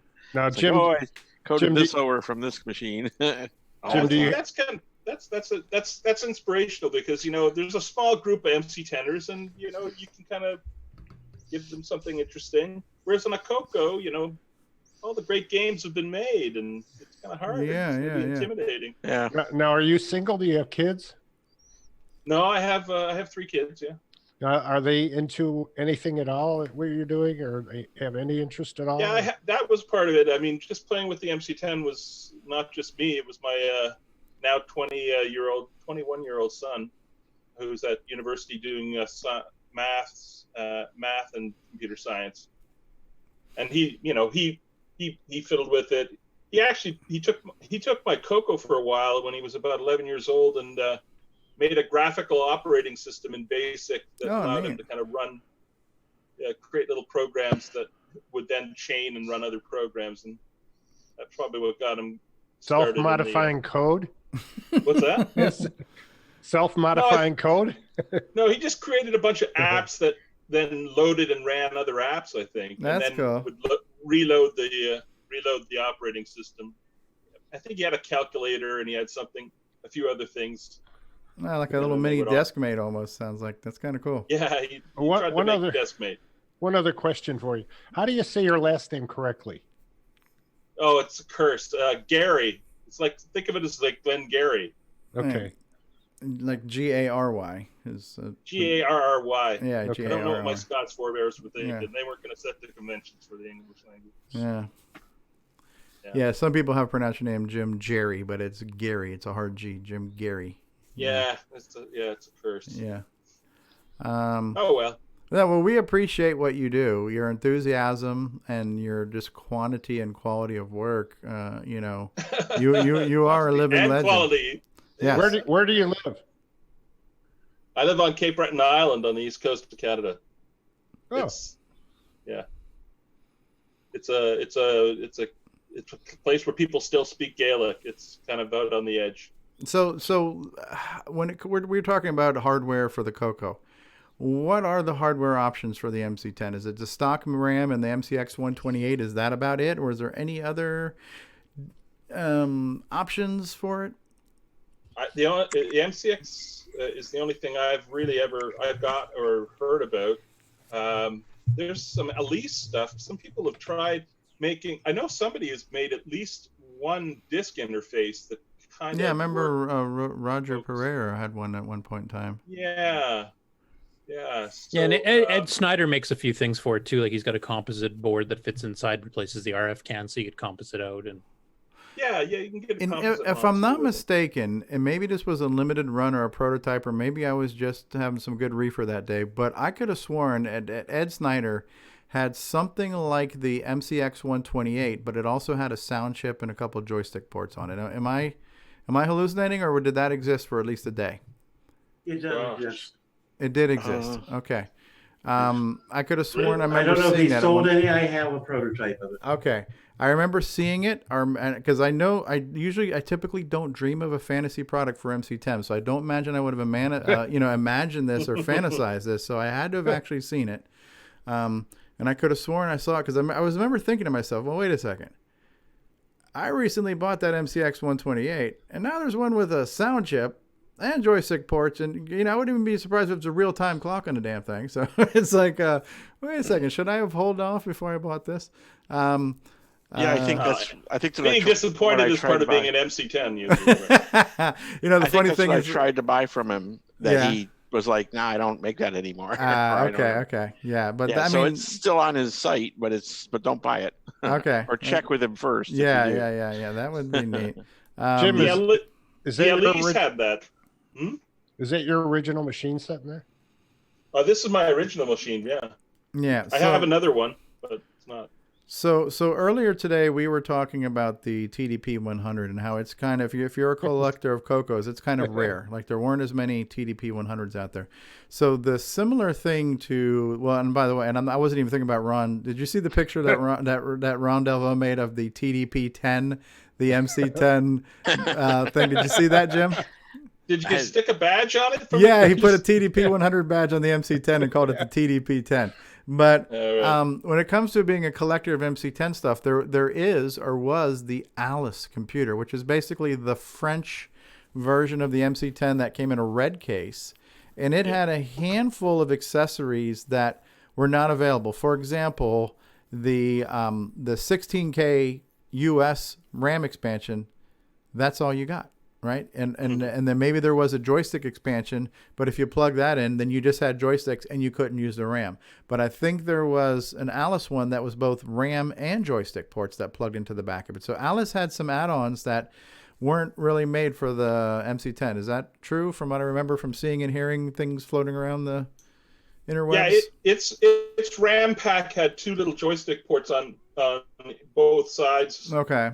Left and right of it that you could plug in. Yeah, it's my understanding that it did well in France because of the educational. It got into the schools. Okay, and so it got a lot of. It did a lot better than the MC10 did over here. And I think the main reason the MC10 didn't do so well over here was because the CoCo had basically dropped so much in price by the time the MC10 came out that it just was kind of, you could get a CoCo. I think it was the later versions of the Alice that had the other graphics chip too. Yeah, I mean they had full stroke keyboards and with dedicated cursor keys. It evolved then, huh? The Alice evolved. I wasn't even. But it aware was of the that. same processor. Same processor. The graphics chip got changed eventually, or supplemented with a Thompson product of some sort. Yeah, it was all semi-graphics type of stuff. But it offered more colors and stuff, and they had a couple add-ons besides what's been mentioned, but I can't remember what they were. Maybe a light pen or some crap like that. I don't know. Yeah, you could actually the graphics chip could actually take the input of real television apparently, and then display that as the background, and and then you could overlay your. Oh wow, that's interesting. Graphics and text. What do you have set up there to hook up to your TV or screen? This one here? Yeah, what is that? Oh, it's just a regular LCD TV. Oh, okay. I've got an MC10 running a little program I wrote while I was listening here. So, but the neat thing about the Alice is that the MC10 was such an orphan here, but then all of a sudden, if you're an MC10er, you would discover this. It had this kind of other life. Across the planet, it's like you discover that you have a twin who turned out to be like this super spy who had led this amazing life, and you worked in a 7-Eleven all your life. Yeah, they had quite a bit of software. The MC10. Yeah. What's that? They had quite a bit of software. In France, or here. In France. Here you had a choice of you had those two. What was it? You had two pinball game compilation, color compact. Yeah, color compact. Yeah, those were the only machine language games or programs. Yeah, but I think there was two games packs that they were just like basic games or something. Yeah. Did you ever see that? Was it? Did I find a demo for the? Yeah, I found a demo tape. No, I found a demo tape for the MC10. Oh right. For Radio Shack stores, I guess. Did we get that running? Did you get it running? Yeah. Oh, cool. I think I don't know if I made a. I don't think anybody bothered getting it out of the box at the stores. Wow. No, it was only there a year. Well, it's on my project list. As I have an MC10 and I have the MCX 128 and the 3D printed and you're cartridge not afraid to use them by John Strong. I have never really messed with them. When I got them and I bought them, I plugged them in to make sure they booted up, and I got the basic prompt and I knew they worked. And I've got two of them sitting in a box. And one of these days I want to fire it up and play with it, and I want to check out the MC server, which is kind of like the drive wire, and So I do want to tinker with it. It's just, finding the time, which I think is a challenge we're probably all familiar with. So. Is there an you gotta assembly? Focus. Is there an assembly development package for it? Or like an editor assembler? There is MC-Com or something, or MyCom or something like that was an assembly assembler. If you had the Alice, they since the MC10 only came with 8K, an 8K basic, they made the Alice include an assembler built in. Yeah, they added an assembler. Yeah. Oh wow, that's nice. Built in. Yeah. Cool. Anyway. So... Oh, okay. Mandelio says I still have the Micro Games tape. My dad bought it back in the early '80s, and Jerry Young saying I need to upgrade one of mine. I'm assuming he's talking about his MC10. Now I think it's neat that there are these things, these products that breathe life into our old systems and augment or enhance them or give us things to help us incorporate them into the 21st century, like display adapters and keyboard adapters and stuff. So it's cool that these products exist. And I know for me, I appreciate everything everybody does, and of course, part of me is just a consumer, and I think consumers are going, as you guys have all mentioned, there's the ideal consumer, there's the nightmare consumer, but I think at the end of the day, everybody is going to have an opinion. And like you say, well, listen, I'm putting up some money. I have expectations, and I also have the ability to speak my mind, right? So, but I certainly want to make sure that, if nothing else, I tell you guys all you guys who are making hardware, I appreciate the fact that you do. And all you guys who are making software, I appreciate that too, because we need both. We need hardware. We don't need, let's be honest, we don't need any of this shit, right? It's like I said, somebody said it's a 35-year-old computer. Do you need a network card for this thing when you got a real computer at your house? You got a phone that already networks. Do you need a network card for this old piece of shit box from 1975? You don't need it, right? But we're keeping stuff out of the landfill, man. We are, and that is kind of cool. So none of these are needs, but yeah, it's nice to have hardware. It's nice to have add-ons and upgrades, and it's nice to have software, even if it's not a software to take advantage of new hardware. If it's just new software that we can run on our old hardware. I like the fact that we have people like Paul Fiscarelli making games, and Paul Shoemaker, and Diego, and everybody here, Rick Adams making games. We have and Jim Gary, and especially Grant Leedy. But not Nick Marentes by any means. But but I appreciate the fact that everybody's out here doing whatever it is they do. So if we don't always say thank you, let me at least take this time for me to say my thank you to all you guys, because I think sometimes that pat on the back is a nice thing to do. So thank you all. You're too kind. Hardware or software. Yeah. Yes. Both hardware and software, guys. Yeah, but screw you, Curtis. Yeah. And that's what gets me, not to, like give anybody a hard time or anything, but sometimes I see discussions on Facebook about using, old like application software to do actual like real stuff. And I'm like, really? No, I open like modern programs on modern computers to do email. Nostalgia. Hey, that's why I run CoCoMax every once in a while and draw something. Yeah, no. See, I opened this program. It's called Photoshop that I paid Adobe $10 a month so I can do that. Right. Because I still do some Nitrous 9 development natively under Nitrous 9 because it's quicker for me if it's a smaller program, just to quickly hack it in and run it immediately without having to like transfer over drive wire or onto the SD card or whatever. It's just instant. Yeah, I suppose. I don't know. It just seems silly to me because I guess I'm spoiled by modern applications. Yeah, and I guess and I could take it a step even further back. I could sit here and say, I can't imagine why anybody would be nostalgia for the original TRS-80. Right?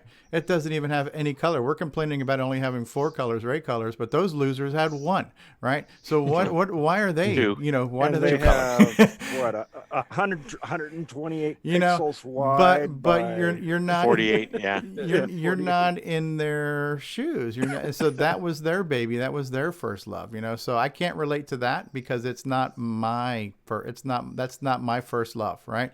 So it's real easy to look at what somebody else is passionate about. If it's different than your passion, it's really easy to say, well, that's ridiculous. But anybody and else everybody's level of retro is different. Like John Laurie's saying, he'd use modern tools to do it, but you're still using 35-year-old computers. So if you're using modern tools, why not just run it on a modern computer?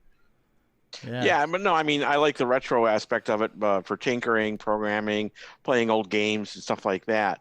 But you know, like in terms of like if I need to write an email or write a document and print it out or something like that, I wouldn't think of using.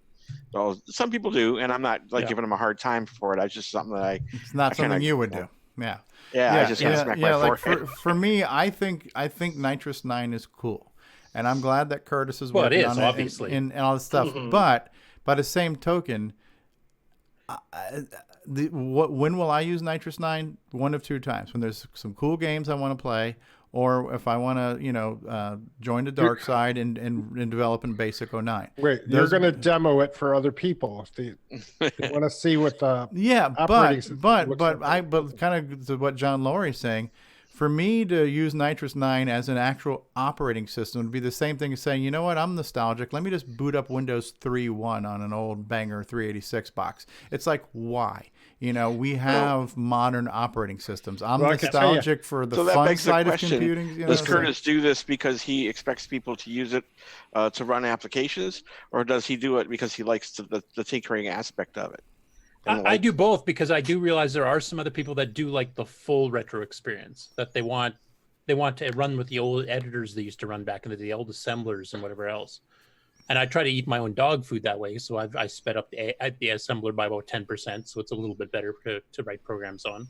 And Basic 09, of course, I mean, it's got a built-in editor, which I actually, even in Nitrous 9, I edited another window using VED, which is a mini word processor. It's got search and replace and a whole bunch of other things too. So.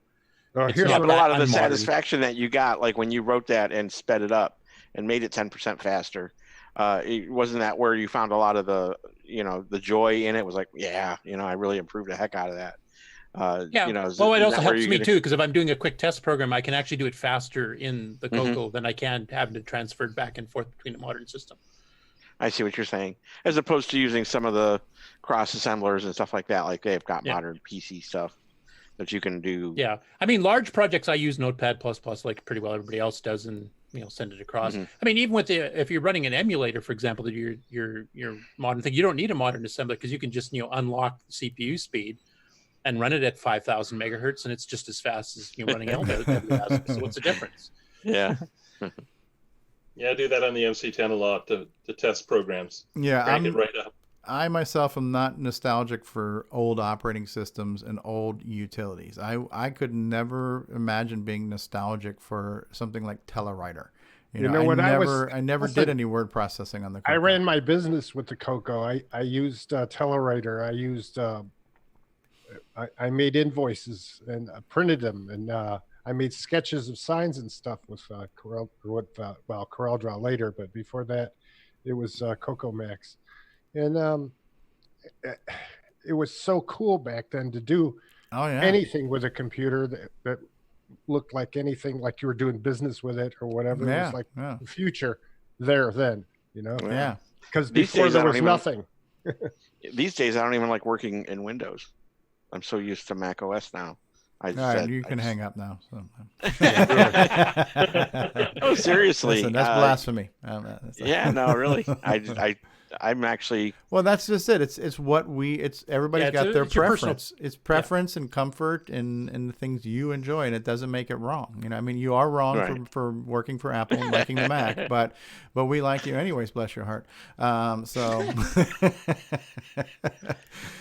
like I said, with Nitrous 9's case, I mean, there is actually line editing and full screen editors and stuff, so it's a bit more modern than say Disk Basic, where as soon as you make a typing mistake, you have to delete the line and start over type crap. If you're entering it for the first time. So I mean, there's some advantages there. It's a bit more modern, so it doesn't feel quite as primitive. And I've always liked OS 9. I always just thought that was the bee's knees, and it was a big deal back when it first came out. There was a lot of hoopla about this multitask better than Windows back in that time. I mean, you could format if you had an old controller, you could format a floppy and keep doing something else. And on Windows 3.1, your machine froze until it was done, right? So exactly. True. Yeah. So long file names and big hard drive partitions.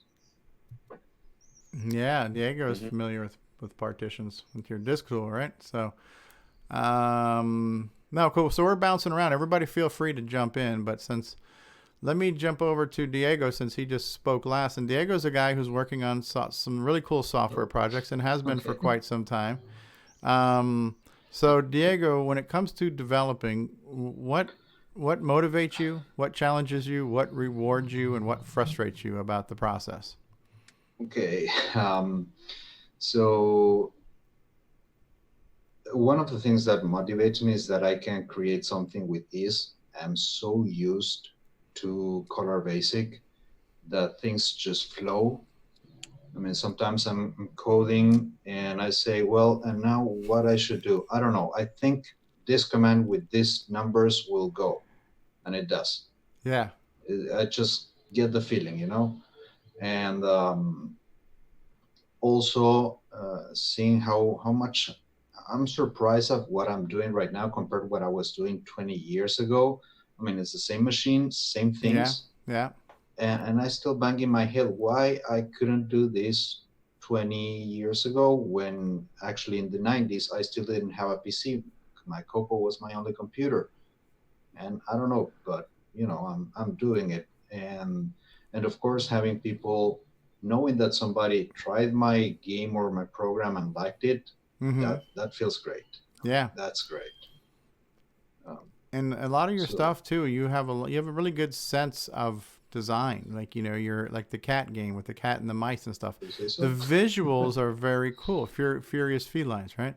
So the fact that it draws the city and you have the cityscape and the night and the cats and all that stuff. I mean, visually, it's all really well done. So, you know, even though it's in BASIC, it's a very high quality looking production, and so you do have kind of an artistic, stylistic flair too, which is nice when you're able to do that kind of stuff, you know. Yeah, I try. I mean, we all know the limitations of working with BASIC, but the quality of the graphic is not one of them.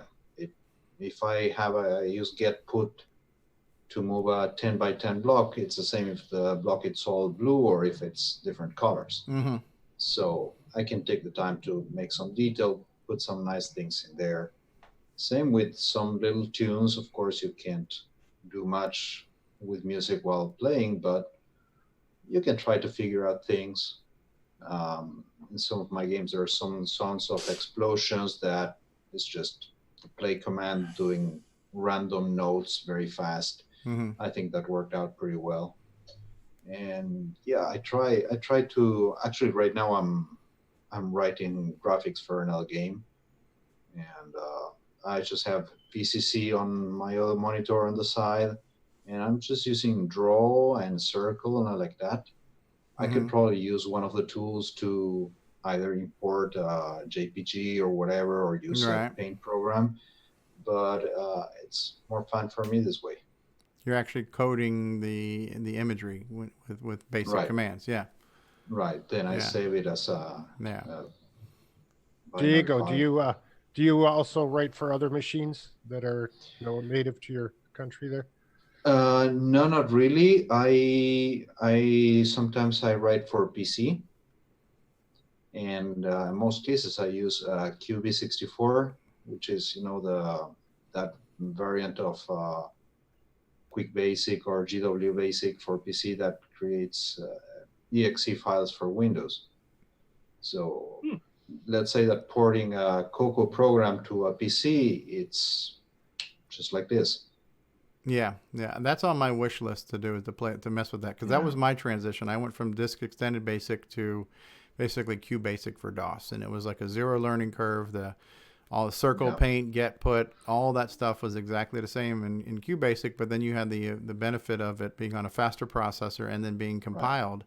So you were still able to generate something that looked good and ran at a reasonable pace, and never having to learn assembly. So it was, to me, that was very much of an enabler. It kept me stuck in BASIC for another 10 years, you know, before I stopped programming altogether. So. So QBasic was a lot of fun. The other machine that I haven't done anything yet, but I want to do it. It's the ZX Spectrum. Yeah, ZX yeah. Spectrum. It's the most popular computer here in Uruguay by far. Yeah. I mean, it was a very cheap computer. You could get pirate games everywhere for almost nothing. And everybody has. Let me pause you for 1 second, because you just touched on something. You guys remember me to bring this up later on if we're still talking about this. But one of the things I did want to, when we started talking about software, is I was thinking about long term. Like, if you get to the point where you can make really cool games on the Coco, that's great. You get to the level of Nick Marentes, Steve Bjork, Chet Simpson, you can make these awesome games on the Coco 3, and that is great. It's a great talent, it's a great gift, and you're going to provide a great product for maybe a couple of hundred people. My thought was, wouldn't it be cool to still take that talent and that gift, and yes, the Coco needs software, and yes, maybe make a Coco version, but then what about doing one that runs on modern things, right? And the example I want to give, because you just mentioned a Spectrum and made me think of it, I just bought this game for my Xbox One that these people made a Spectrum inspired game where it looks like a Specky game. It's 2D, it's got the weird color farts that happen on the screen, it's got all the stuff that happened on the Specky, but it's running on a modern game system, basically a Wintel based machine. So I'm thinking my long-term goal would be, after I've done a few things in assembly, after I've learned C and I've done a few things, I'm never going to be at the level that some of you guys are, and that's okay. We all do it for our own reasons.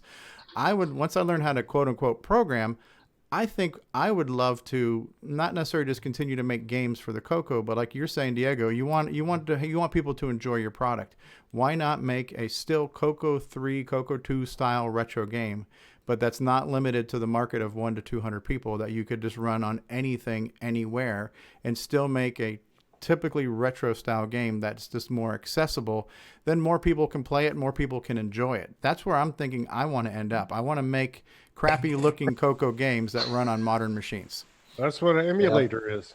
Yeah, if I have the chance, I will like to. I mean, if I had the time, I would really like to do the Furious Felines running PC or even cell phone, just with more animations in the graphics. Yeah. But still the big pixel style. Yeah. And even when it comes to the Coco, I mean, right now most the last few games I wrote, they run in Coco 1 or 2. You don't need a Coco 3, and some of them are also semi-graphics. Yeah. And I could use the Coco 3, but no, I'm doing it the other way just because I kind of like the pixelated look for this particular style of game. So, have you guys noticed that some of the ads on TV and stuff are retro, like 8-bit looking? I wouldn't. Not specifically, but can you give me an example? I mean, well, the one I just put up for what was it? It showed. The one for the Dropbox. That was like a faux commercial. Yeah. Yeah, and AT&T did one just recently. Oh, okay. They had a boat going in the water, and it looked like a game where you have to dodge stuff. But it was okay. Just, yeah. Okay. So that's just influencing things now. The 8-bit kind of pixel art style is influencing modern media. Is that what you're saying? Yeah, exactly. No, that's cool. Yeah, absolutely. I couldn't tell you all the specific examples, but that's always neat. I think people are tuning into that. I think retro has been getting pretty strong for a while. There was a question in chat, as Curtis is reminding me, but it was Carl Daughtery says, anyone know where I can get Jim Gary's Coco version of Akalabuba, or what, Akalabeth, or what is it called? Jim, where can they get your game for the Coco? I have a web page that has a link to a zip file with all of my stuff. Okay, I probably have that on I'm a Coconut then. I have a link. Is it the same website all your other stuff is on? Yeah, it's the JG Games .zip, and then in that there's a whole bunch of JG Games numbered disk files. Okay. It's on number 12. It's on number 12. It's one of the latest things. It'll be on the highest number of disk in that zip file, which I think is 12. I think I have a link to your general page on the I'm a Coconut site. So rather, if you don't have the ability to copy and paste it into the live chat, if you go there, you guys can probably find it. Hopefully that helps, Carl. If anybody else is able to pull it up and you want to copy and paste it in the chat, that would be also nice. So you like doing it on the old hardware, Diego, and I think that's probably a lot of people's same thing, tickling that funny bone. So do you find frustrations? Do you get like writer's block or roadblock? Have you ever had a time where you've lost motivation or you just walked away? Or have you been able to stay consistent? Yeah, for some time, I mean, some of the things that happen is that, like I think you were saying, VCC. You know, I use it mostly because it's the faster one to get up and running and loading everything like that. But yeah, it doesn't support, I think, the link attribute in the high res text screens for Coco 3. So I was trying to use it, and I was going kind of crazy trying to figure out if I was doing it wrong or what's wrong. Looking around, couldn't figure out till I actually tried on Mess, and it worked. Do you have a real Coco 3 or do you not have one? I do. I do. The one that I bought from Cloud9 when I was living in the States. I brought it with me, and I have my original one from '87. Okay. Yeah. So you're able to test if the code works, but it was an emulator problem. Right. Yeah. And sometimes I get a bit, either too tired, too stressed out, or whatever. Yeah. And it's at times like those, like for like when all you guys are a big help. Either somebody that mentions, "Hey Diego, I remember that 6 months ago, a year ago, you sent a screenshot of this game. Are you still working?" Oh, okay. Somebody remembered, somebody liked it, somebody cared, and things like those. That they give you a big push, at least for me. Yeah, that's cool. That's cool. Yeah, well, I like what you do. I think you do good work, and not saying that to say other people are doing bad work too. But since you're here, I figure I'll give you a pat on the back. Is there anything you find frustrating about the process? Not really. No? Not really. What I found a little bit frustrating is related to the shipping. That you were talking earlier about people buying things from overseas, and some of you probably know that I can't really buy almost anything here because I will end up paying between taxes and shipping about twice or more the original price. Wow. And at some point, when I wrote the new Furious Felines, I actually created a... Is that me or? That's one of my battery backups. Ooh.